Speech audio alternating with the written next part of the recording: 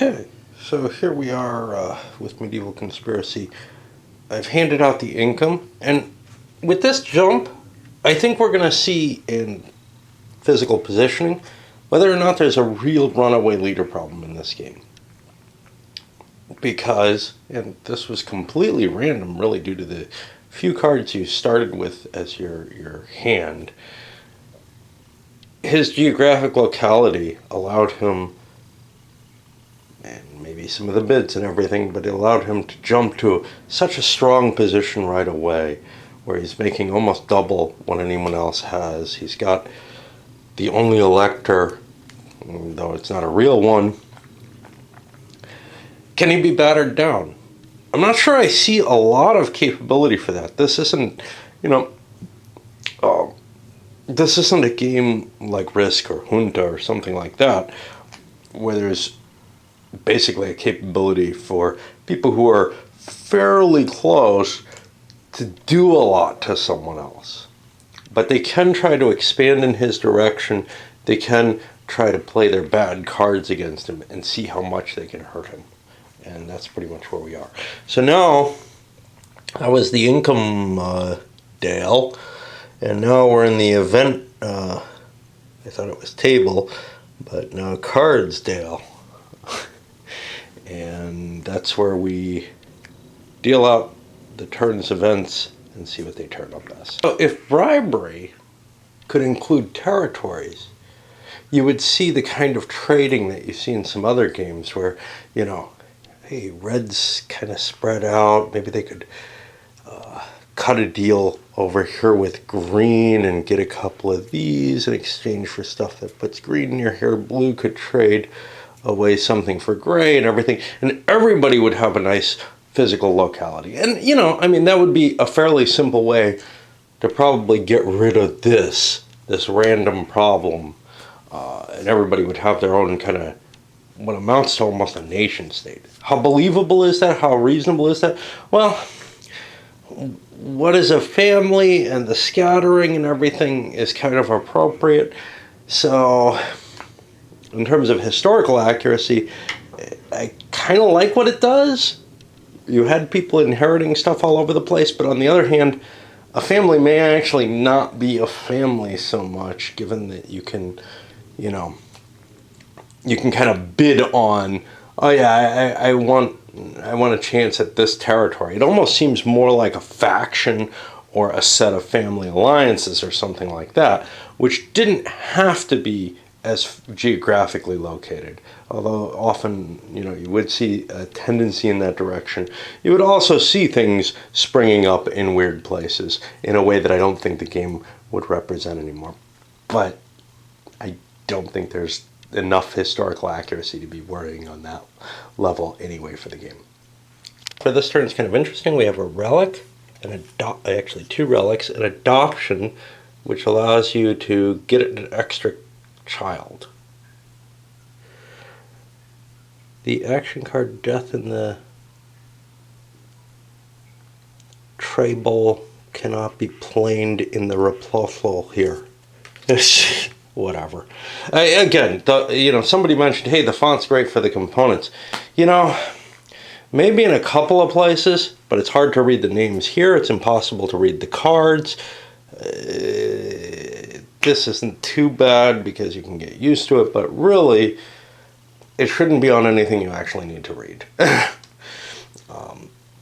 It was just a terrible, terrible decision. I've come to the conclusion that they probably did not want to sell many of these games. They wanted to just showcase it as what looks like very colorful vomit. And here we have a knight army. It allows you to gain a knight.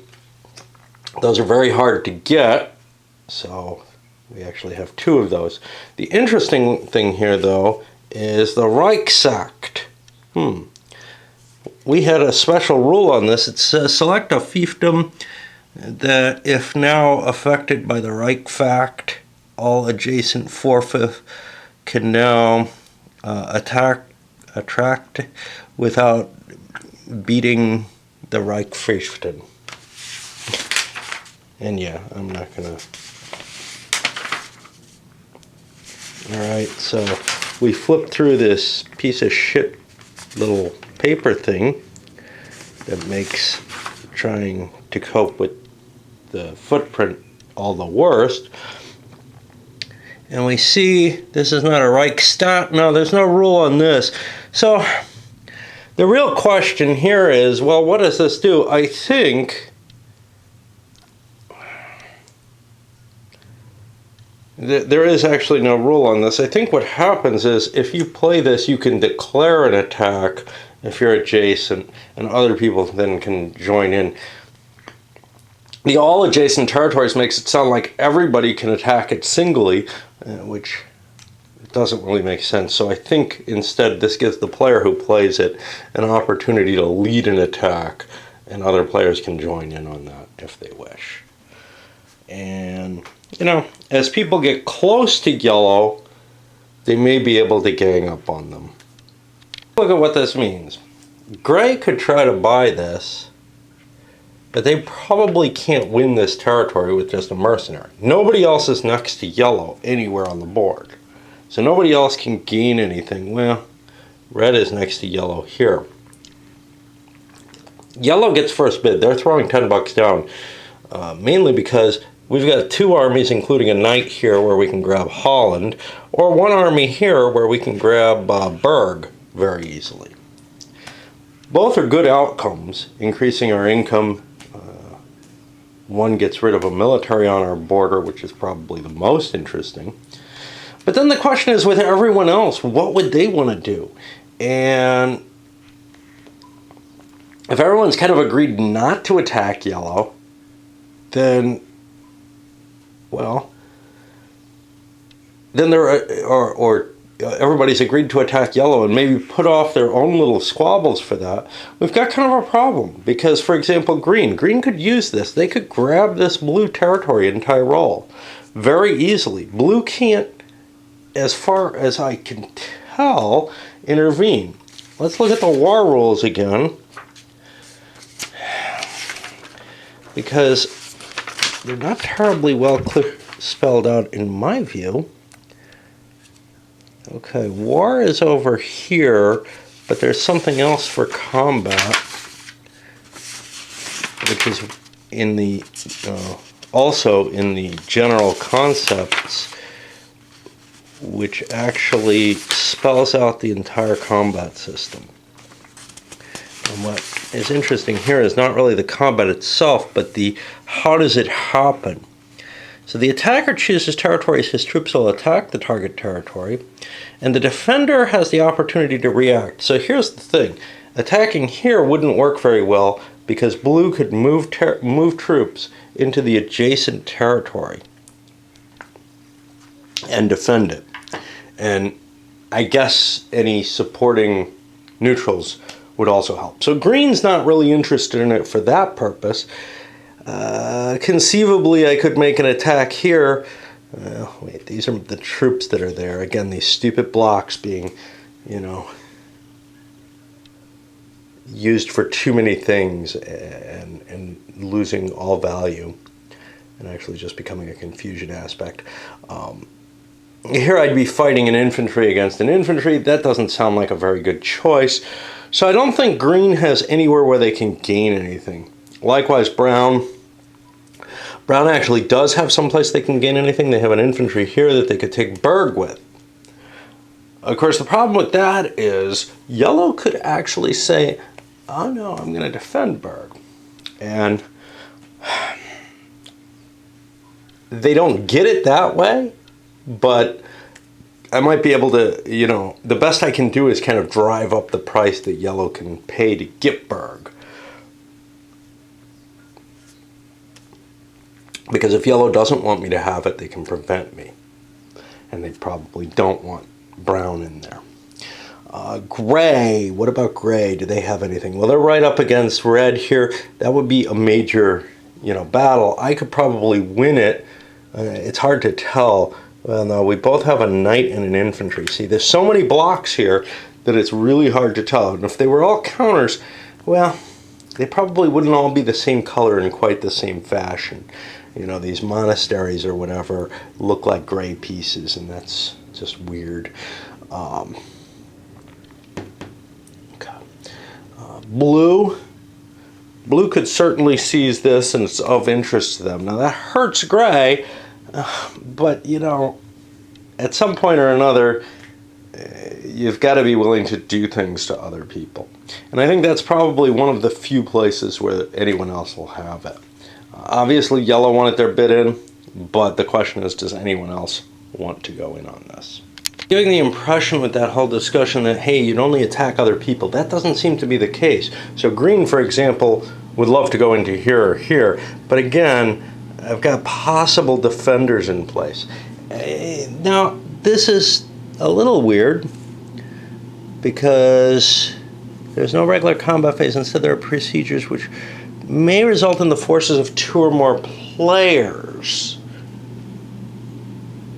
Now, this doesn't say the fiefdom is a player-controlled one, but the combat system seems to imply that you couldn't just invade a neutral area. I don't know.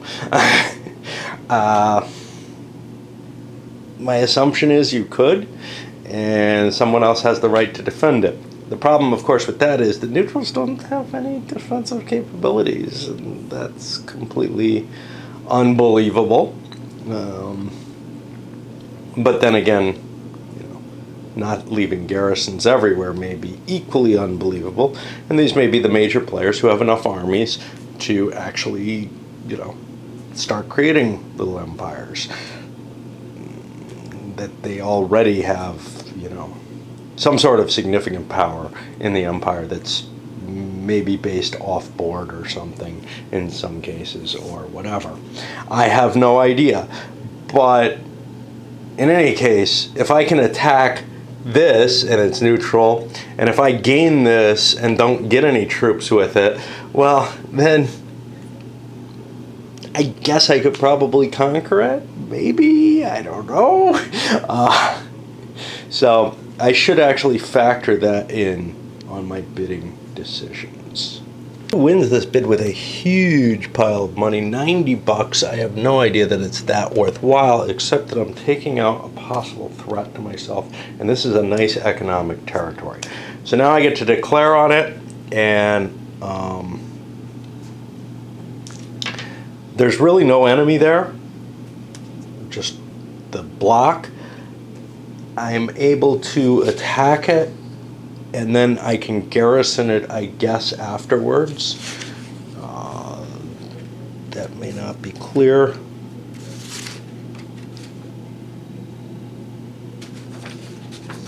It's not in the combat concept, i.e. the entire combat rules which are in the glossary.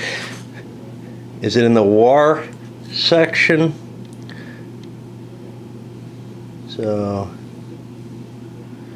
So there we go. Reichschaft card. Follow the combat procedure.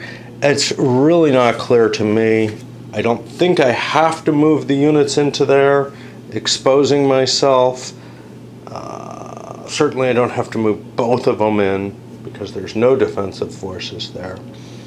Let's see how combat's written. Yeah, they're just attacking. I don't think I actually have to move in, and I would rather not because this is where I want to be.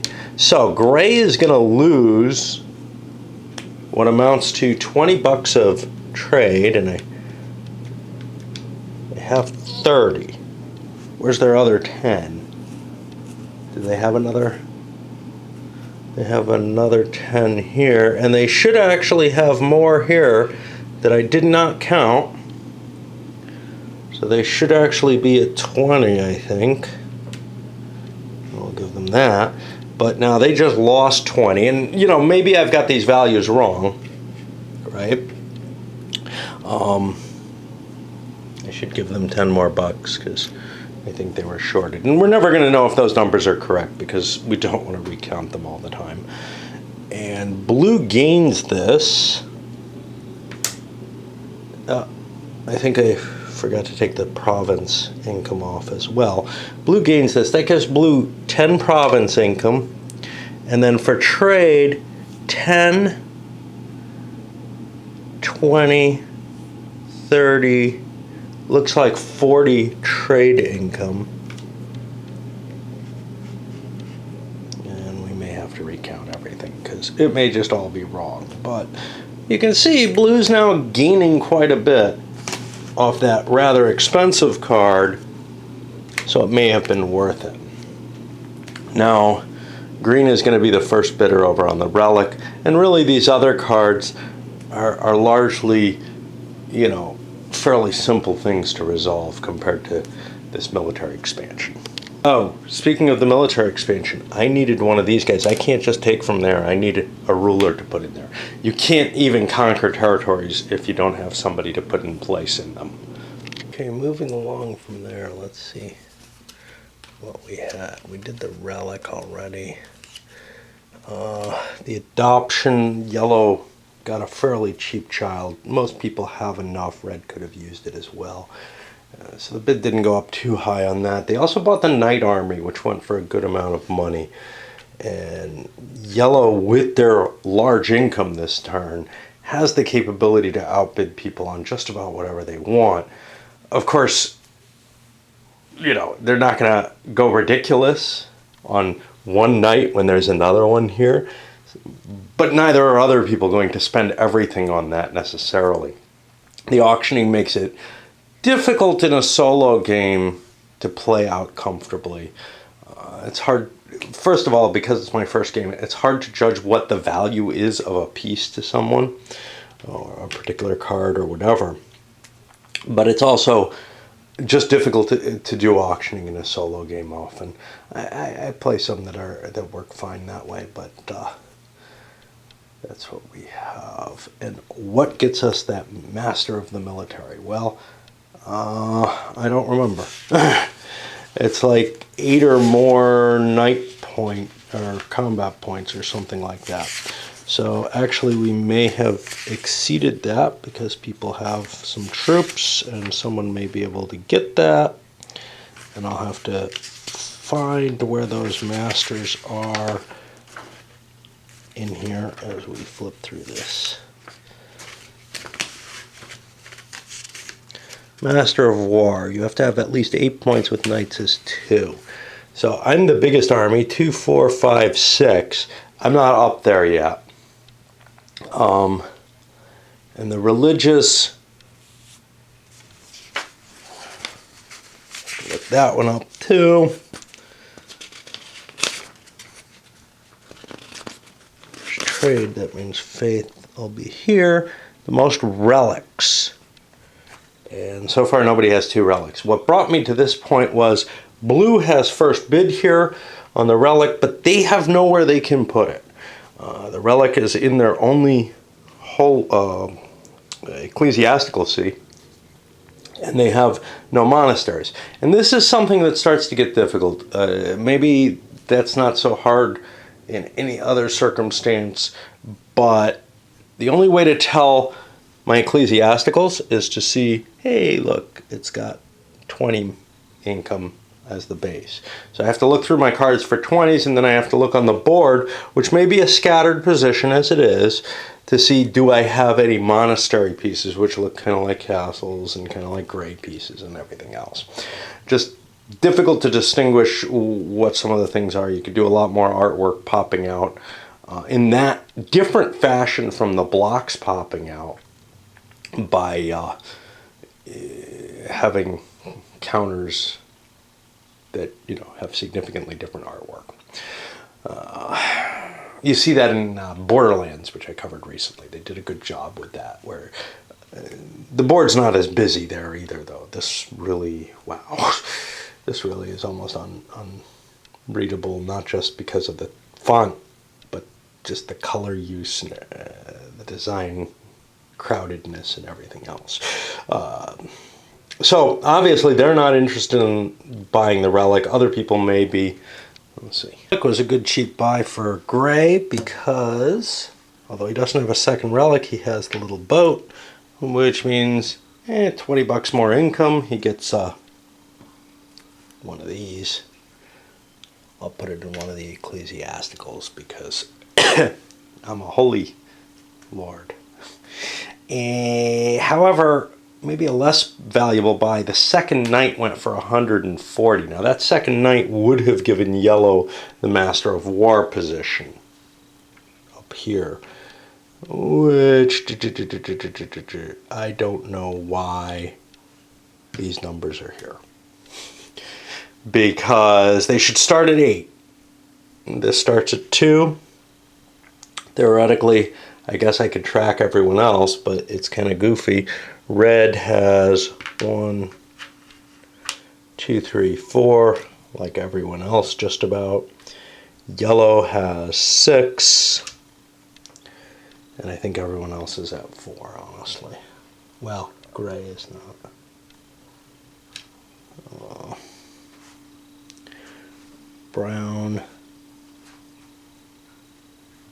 Brown did not buy, did they? But they don't count unless you have at least 8, and well, at least there's a plus side that says plus something. I can't read what the plus is on there. Like much of this game, it's not designed for actual play. It looks like it's it might be a +5, but it's really hard to say. It looks like it might have been a +8, but again, the chart doesn't start in the right place. Gray should also be at 6 because they bought one. They really did a horrible job in the development side of this one.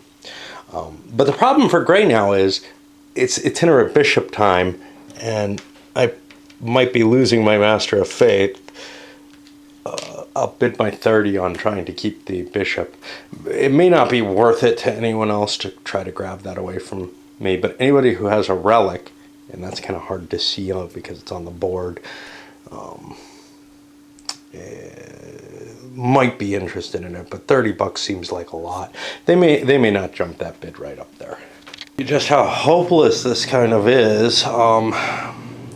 Yellow, and in the fate phase, got a lord or bishop of choice dies, took Osnabrück or whatever, and brown is sitting on the Curia intervenes, which would allow them to grab one of their own bishop or religious children and throw it in there. But that's pointless.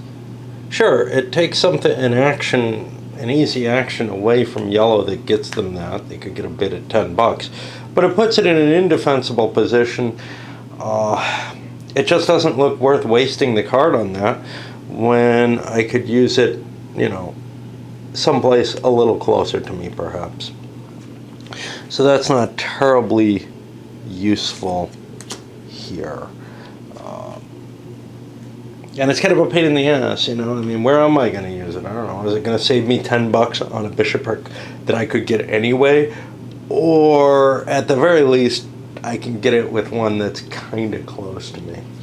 And it's just, it's so difficult to try to overcome that kind of position that yellow has here. I do not see an easy way to do it. And you can see they're just cranking their points up.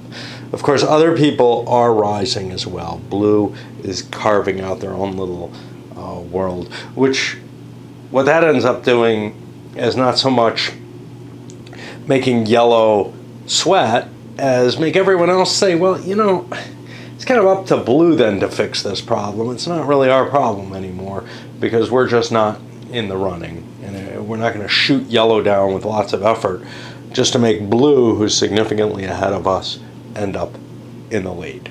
Brown now gets a death. And, they're going to shake things up. They don't like what's happening here.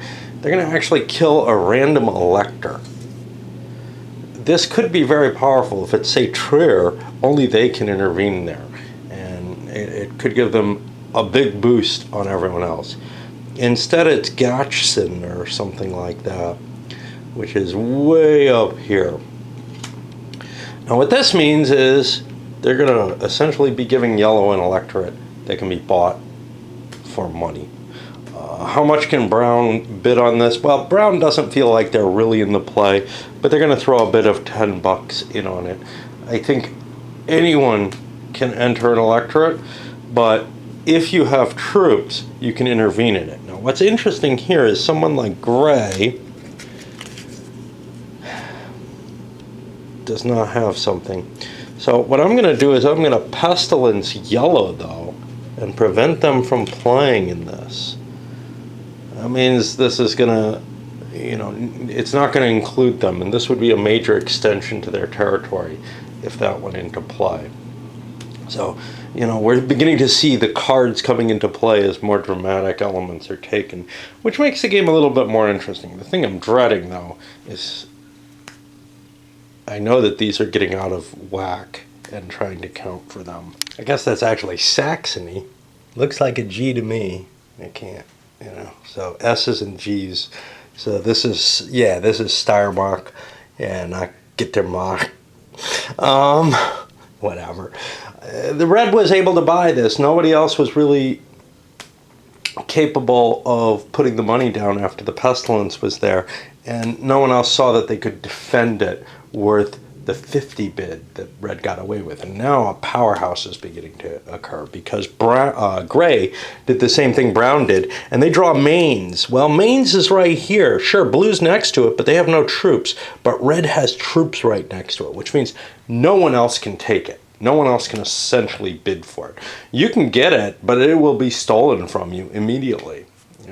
So, unless somebody has a card, and I don't think anyone does, that can affect this, red is going to get this for 10 bucks. Someone already, yeah, there's a conversion card someone can play. I don't know what happens if you become ineligible during a bid. These can be played at any time. So you could actually probably screw someone's bid up, and that's a situation that's not covered in the game. Is their bid just nullified at that point? Or does someone else get to play in it? Obviously, the attack can't even be made if you don't have someone who can take that place. So red won't be able to grab Mainz away. That would be great for blue. How good is it for green? Well, what does green really give a shit, right? Whether red gets 2 electorates, puts them close to the game. I think what we want to do,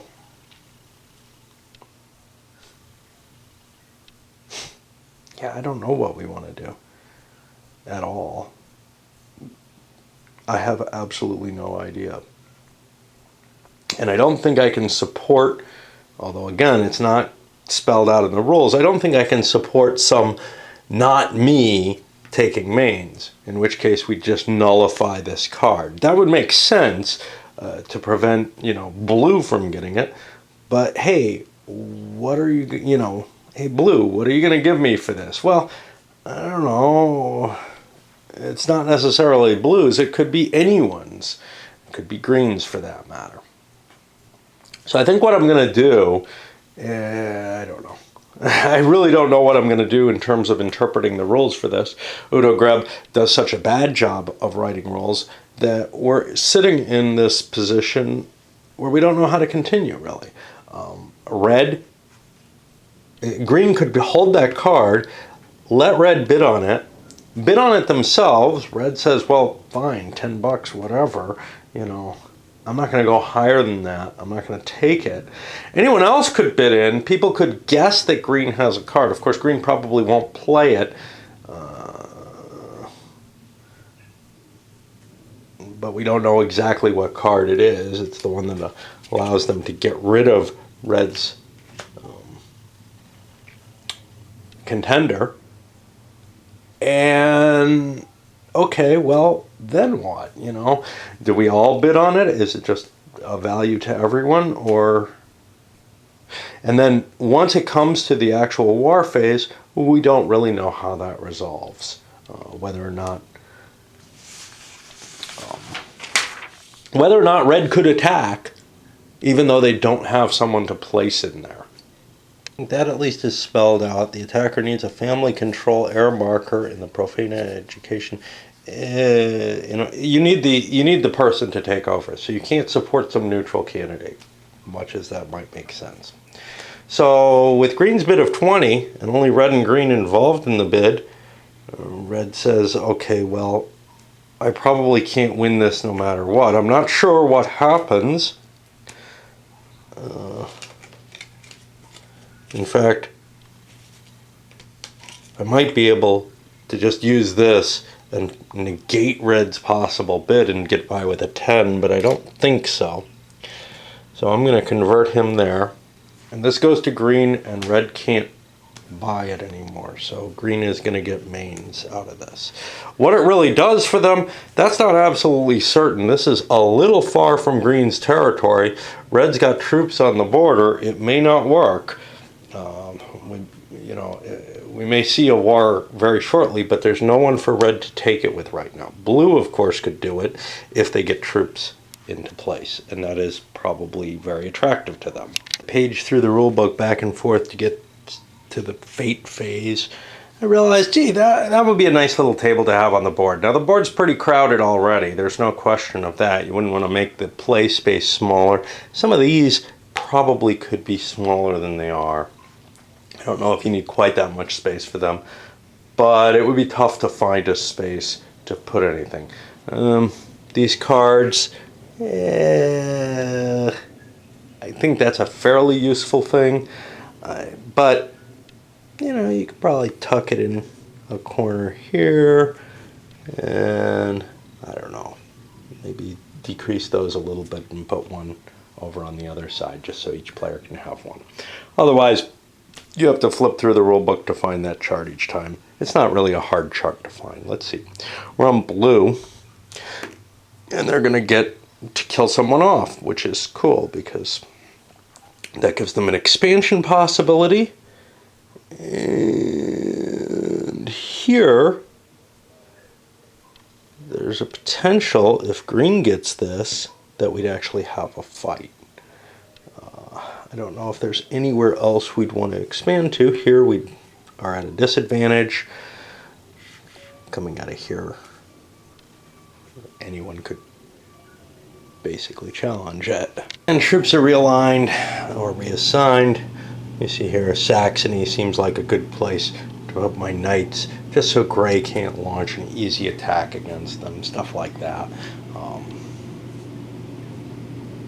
Feeling a little weak, spread out, whatever, as red.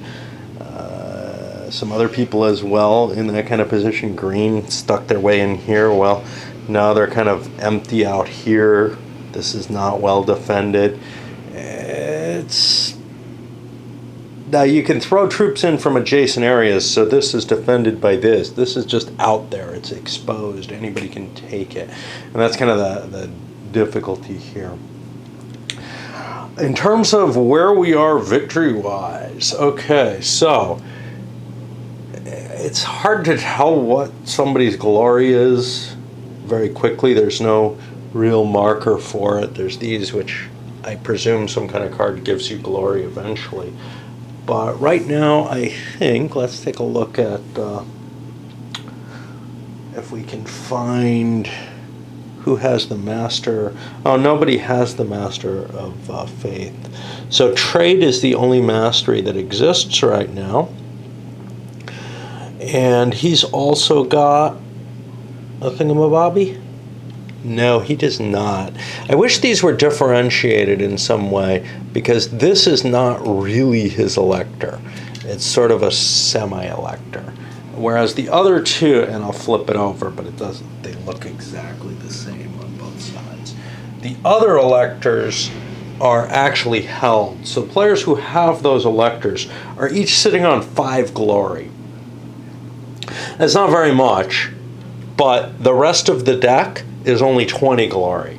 So if an emperor dies, yeah, we're not close to ending yet, but we can actually see that the end might not be that far away. This might not be all that long a game, at least the way I'm interpreting it. The thing that worries me the most is these tracks.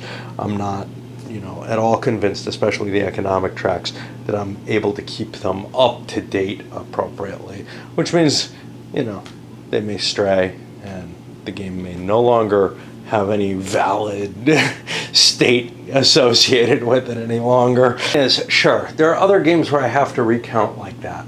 Pax Britannica comes to mind. up there. Europa Universalis at the extreme end. Pax Britannica, I think, is actually easier to recount this stuff. It's not a matter... See, there's more stuff in Pax Britannica, but you can just go kind of across the map and count it. Here, it's really not that easy. First of all, the map is hard to read because of the color choices, etc. It's just... It doesn't... my brain doesn't immediately grasp, oh, yeah, blue's got this, and the popped out counters, all that. It just doesn't work quite the way PAX does. Secondly, this is pretty much a light Euro, other than things like the counting fashions, etc. And this is the problem with Dominant Species 2 for me. It's just why the fuck do I want to do all this counting for something that's, you know, not really... You know, I'm not filling out forms for the economics or anything. It's not that complex a game in general in terms of the mechanical aspects. So, you know, don't give me this pain in the ass. Something like Power Grid has a counting requirement as well, but it's fairly easy to see because the board makes it easy. Here, yeah. You know, I just don't want to fucking bother with trying, because counting up the territories isn't too hard. I have the cards for that. It's these damn trade routes. The trade routes are the pain in the ass, especially since it's not just, you know, two areas that are adjacent to each other. I've got to follow this thing. Okay, I got this one. I got this one somehow, right? I'm linking from here to here. They are adjacent, but they're kind of weirdly adjacented. Because, I don't know, those roads look oh so historically accurate. I think some other means of representing those could have been more easily handled. And I just don't know that these values are going to stay accurate. Well, I doubt that they are accurate at this point, and I think they're just going to start straying horribly. And I'm just not... I feel no compulsion to recount them, because it looks like a hellish task for the level of game we're talking about. So someone left a message on YouTube asking about the solitaire ability of this. Now, obviously it's not intended to be played solitaire at all, but if you know me, I play all my games solitaire. This is what I like to do. I'm finding the hardest part in this, at least for me, is dealing with having to know the reaction cards. It's the same kind of situation that you have in a game like Junta or Dune, except there's more cards that you can kind of bone somebody at a specific moment with, in which you're not really involved. Like one of their characters dies, or you know, they get a child or whatever, and you get a chance to kill them, or something along those lines, or somebody picks a bishop or whatever to die, and it's one that you want, but you don't have the money to bid for it. Maybe you have a card that can jump in with that. Remembering all those kind of effects, that's hard enough for me when I'm playing in an opposed game. I'll quite often miss my opportunity, much more, I think, than most players who are kind of serious about playing the game will. I've had friends who will just doze off intellectually entirely, but I'll stay engaged in the game, but I'll be unable to ever remember what I have to do. Well, that's much worse when I'm playing, you know, 6 different players or whatever. Anyway, we pulled our income in. That puts us to setting up the event cards for the turn. And this is our lay.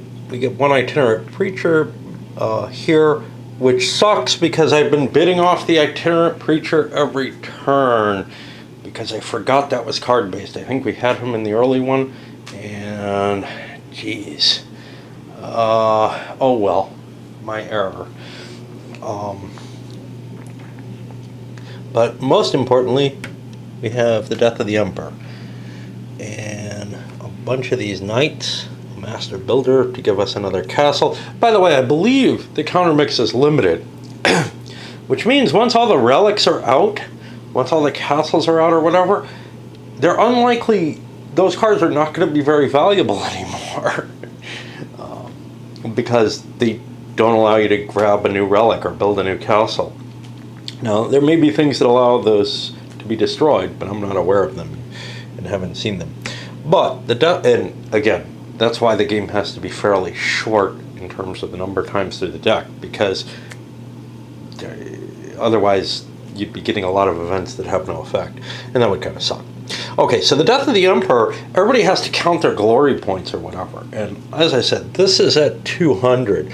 You're not allowed to bribe to get voted emperor, and that I kind of don't like. I wish that the emperor was not the end. I mean, it has to be this way with the game. You can't bribe for it because it's how you win the game, and then it would just be, oh, I can hand the game to someone else. I wish it was more like Lords of the Sierra Madre up there, where the presidency of Mexico or the United States is not a goal in and of itself. It's a means to one of the goals. And you can look at it as, well, I won. I got to be president and stayed in power for this long. And it might be a great way to get to the actual victory conditions of cash, but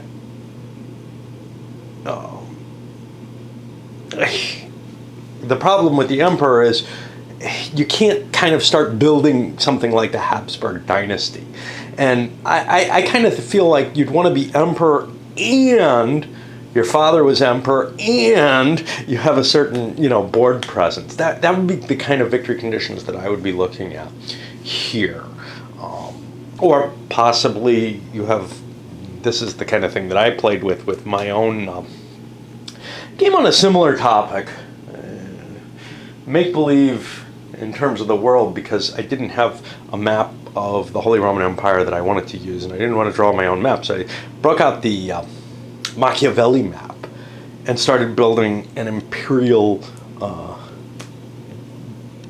election game based on the Holy Roman Empire, but using the map for Machiavelli and the pieces, well, the families from Kingmaker and from Middle C over there, an FGU game, which all had little, crests and shields like Kingmakers do, to represent the different families, and a much more detailed game. What I had there was you picked your victory conditions, kind of a la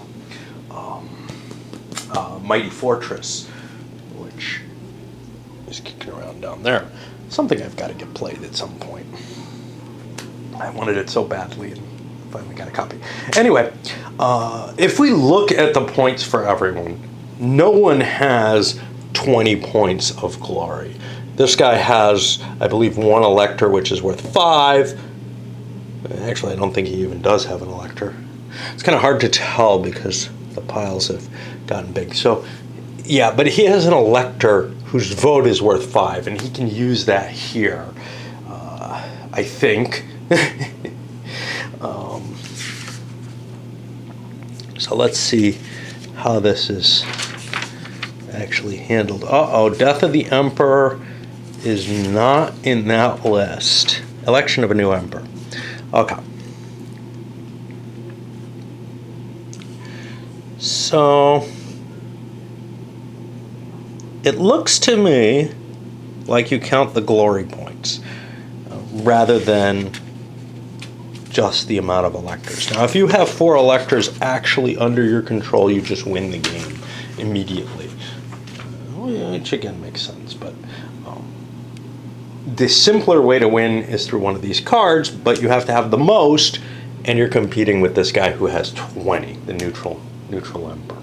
So we have another neutral emperor. This card goes away, and we replace it. It doesn't say this. Doesn't really say much of anything about anything. But we have this, and now we have the death of an elector. Now, we've already had deaths of electors, and bishops and lords and whatever. So we're going to randomly pick an elector, but it can't be one under player control. It's out of the deck, which means I have to reshuffle the deck, I think. No, the 2 that have come out of there have just come out of there, so I can just pull an elector up. Now this card, is this resolved immediately? I'm not sure. I think, yes, it is resolved immediately. And I think a new card comes up in its place just like that. So this is going to be the Elector of Calm. And now everybody's allowed to bid on this. Let's see what we have, but we have a minimum. Oh shit, we forgot about this. The minimum bid for the electors, even if picked, is 200 ducats, and I did not take that into account. We had people paying 10 bucks for electors, so I've kind of fucked the pooch there, haven't I? So only people with 200 bucks can even play in this game. So that's red. Let's look for where Colne is. Colne is here, and you have to be playing in it to get involved. So yellow's got troops involved, so they can intervene immediately. So it looks like this is going to be theirs, because anyone else would be bidding that 200 and would have to have the troops involved to get in there. So if it was off on its own, anybody could go for it.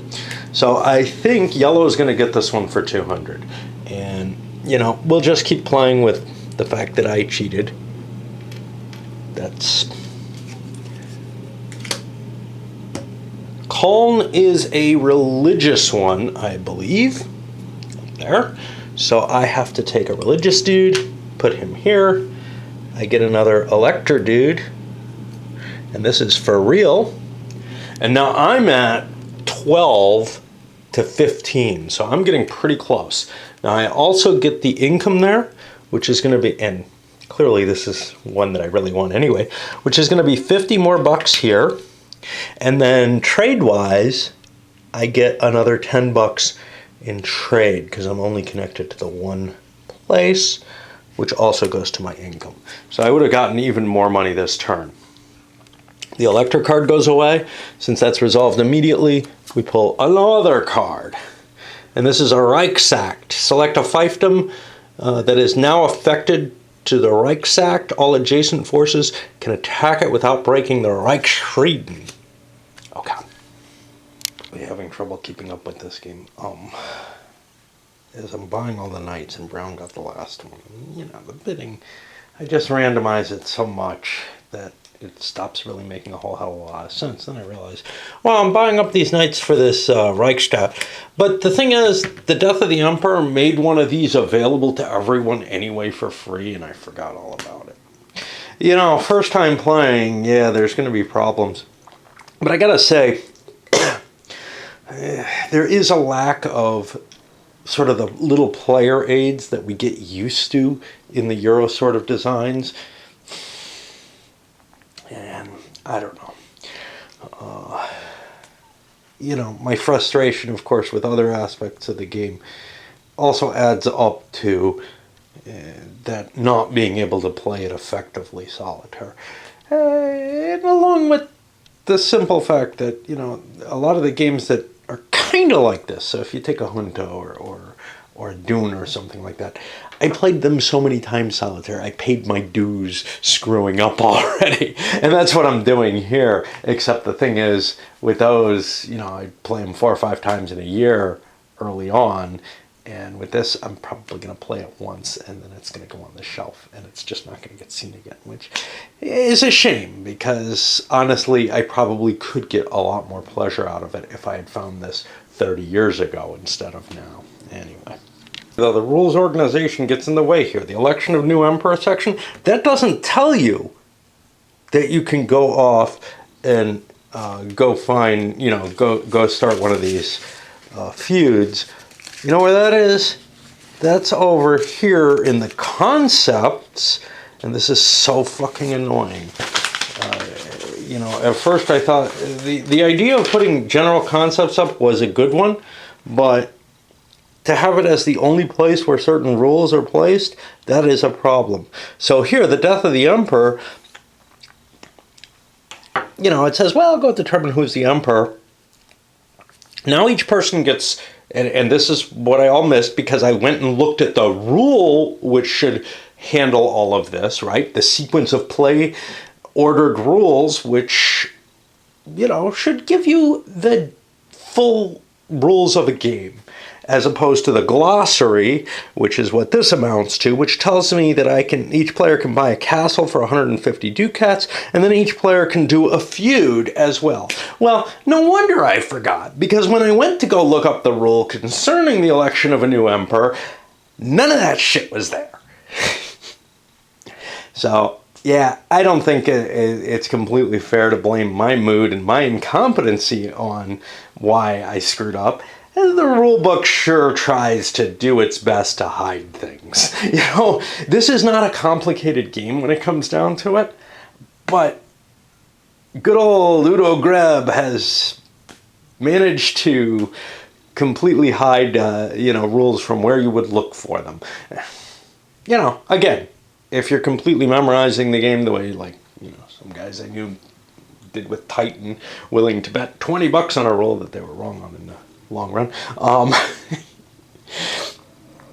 you probably can play this if you're willing to devote that kind of effort to learning this game and playing it regularly. Chances are this never went out, especially with the font here, to any kind of testers. But I really doubt that this went out to any effective testers, at least. I don't know if there are any play testers listed on here. But man, I'd be ashamed to have my name on here if as a play tester. And it's one of the reasons I'm kind of afraid to do play testing.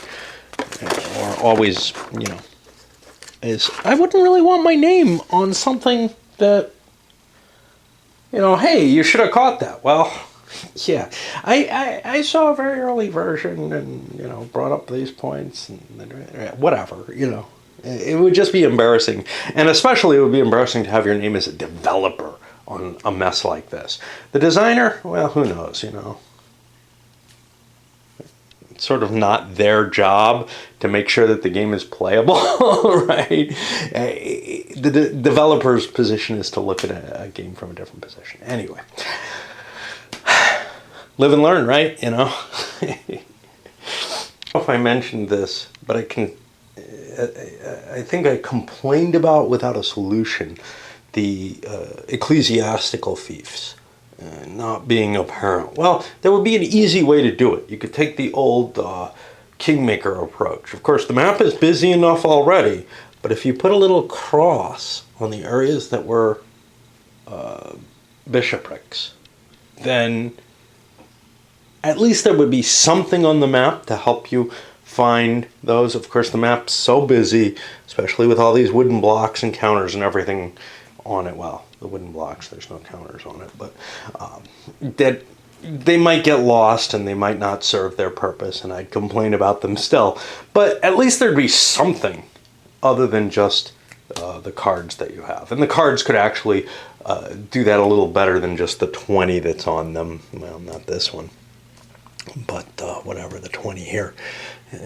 To let you know, hey, this is not really just a regular profane nobles territory.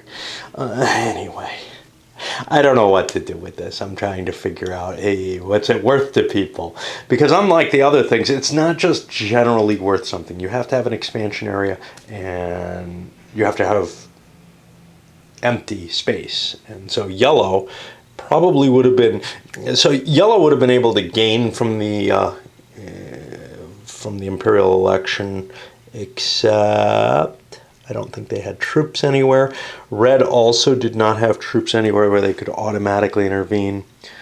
I don't remember if green did. I don't think they did. I think they bought that night. So the expansion capability for free is kind of petering out as people are, defending their frontiers against possible aggressors. Of course,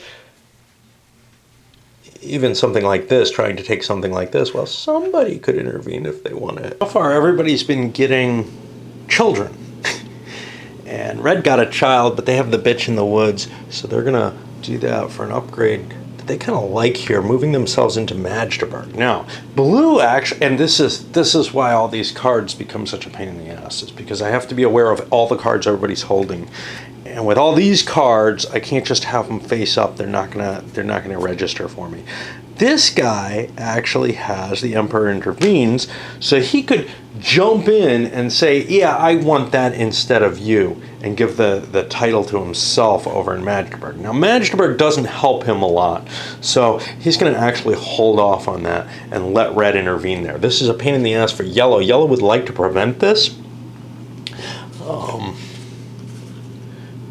But all they have is a crusade here. However, what they do have is a pair of mercenaries. So what I can do is I can crusade this and get rid of this knight.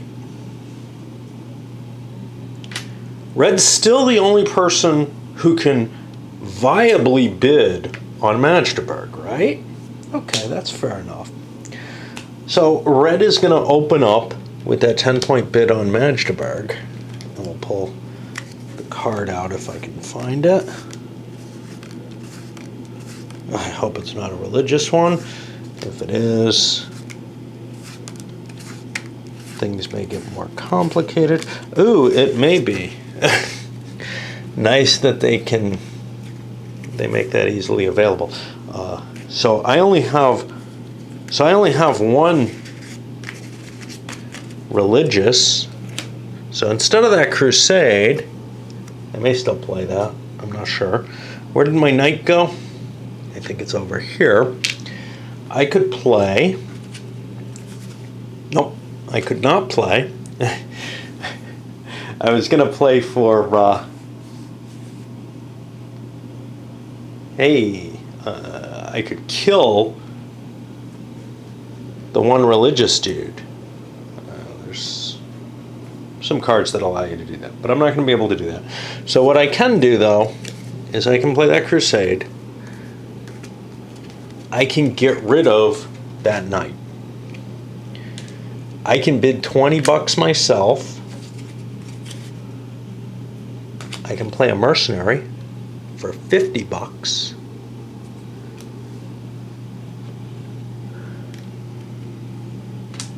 And grab my own knight here in Braunschweig. Now, I'm still adjacent to an enemy knight, so there's still a potential for a fight there, but I do have another one of these.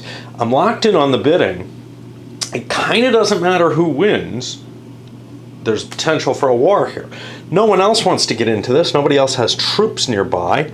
Except I don't want to do any of that because I don't have a religious leader. So we'll unwind all of that. It's the kind of crap I got to keep track of to make this game work the way it should, right? Just because I'm playing it solo. But now this is crap that you have to take care of whether or not you're playing it solo. So I have Magdeburg for 20 bucks. So that increases red's income by 20. And I mean, this isn't worse than after the Holocaust or anything else. But except I have to face this map. I have the option to move troops in. Well, I'm not going to be calling anymore, but green might call Breslau if I move out of there. So I'm going to move a troop into here because that'll give me a little bit more value. And now, okay, so I took the 20 bucks for Magdeburg. Now what I have to do is count my trade routes. And I've got one running through here, that's 10 bucks, and one running through here. So I get 20 more bucks in trade. And that goes over here. And you can see my income is getting up to the level that yellow's was very early in the game, but yellow's up to 270 a turn at this point. I haven't counted troops in a long time. Everybody built lots of troops. So these numbers are probably incorrect, and people probably have more glory and more value than, and he had to bid 10 on that, than otherwise recorded. So we have to go unwind that as well, or try to wind that up. And then yellow still has their die roll on the fate table. Just another child, although somebody probably wants to death in the cradle that thing. Oops. No one got the Master of War value here. And now everybody rearranged their troops and put them where they want them. I don't know if this is where I really want this, but I don't know that it's not. Oh, I have no troops there, so it's probably not a great place, but it is because I can intervene with 2 units there. And if gray gets uppity, I can defend that. So that's appealing. And I don't know if I can move the itinerant bishop into one of the adjacent spaces in order to help defend that. But that gray looks like my most serious threat. The interesting thing is, these territories that I thought were going to fall, they're being held in place by the balance of power of other people. You don't want to spend one of your few efforts to expand when on something against someone else that other people could conceivably get involved in, when you can expand into territory that's kind of all your own. Maybe if there were agreements, if people had come to some sort of agreement, hey, but are yellow and green going to come to an agreement that green can get that? Why? Maybe. What's in it for me? And then now we're at kind of an obnoxious point as far as I'm concerned in terms of the play.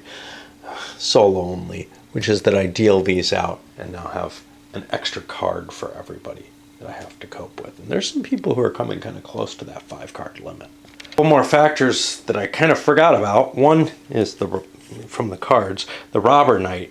Now, I may want to play this as brown, right? Hey, let's hit the leader, let's hit yellow, except for this.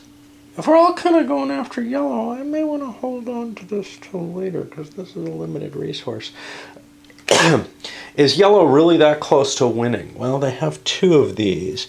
So that's 10, 12 glory versus the 15. So they're in kind of a risky position. Depriving them of their cash might be worthwhile, especially since I have 5 cards. So I'm going to probably play that. The other one I found were the Right of Succession cards, which led me to realize that what I just was talking about couldn't even happen. If I kill this guy, the only person who has the right to go in there is blue, unless you have one of those Right of Succession cards. So you can't just bid in on a player's territory.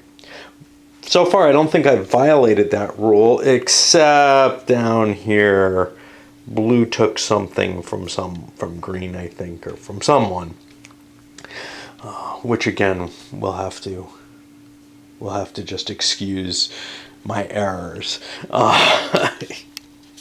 Anybody who doesn't has probably left this video long, long ago. And that's going to put us, I think, on the next turn. There's this turn end fail,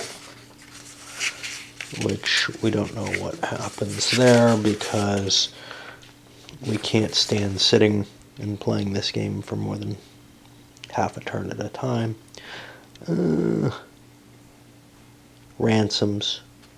Troops return to full strength if they were hit. So far, we haven't had a battle yet. And then the player turn marker passes. And we'll load this up because this has gone the hour that I like.